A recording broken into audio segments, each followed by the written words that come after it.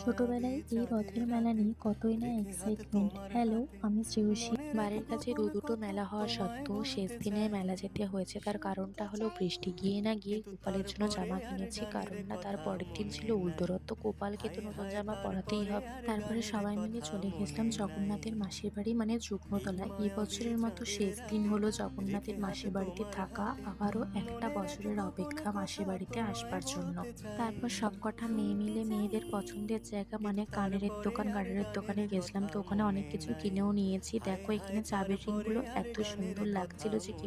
এখানে অনেক রাইডসও বসেছিল, কিন্তু একটা রাইডসও চড়তে পারিনি। আর সত্যি বলতে মেলা আসতে ভাল লাগে, কিন্তু মেলাতে সেই ঠেলা খেতে একদমই ভাল লাগে না। আর রথের মেলা মানেই তো বুঝতে পারছো, গুড়ের শুটি ভাজা, জিলাপি, জিবে গজা, এই সমস্ত কিছু বাড়ির জন্য নিয়ে গেছিলাম, নিজেরাও অনেক কিছু খেয়েছি। কিন্তু এই মেলায় প্রচন্ড ভিড়ে কোনো কিছুই সেভাবে ক্লিপস নিতে পারিনি। শুধুমাত্র আইসক্রিমের দোকানে এসে একটু ফাঁকা পেয়েছিলাম বলে নিজেরা ফটোও তুলেছি, এমনকি ভিডিওটাও একটু বানিয়েছি। বাড়ি আসবার পথে এই লাইটগুলো দেখছিলাম, এত সুন্দর লাগছিল, তাই একটু ক্লিপস নিলাম। আজ তবে আসি, বাই।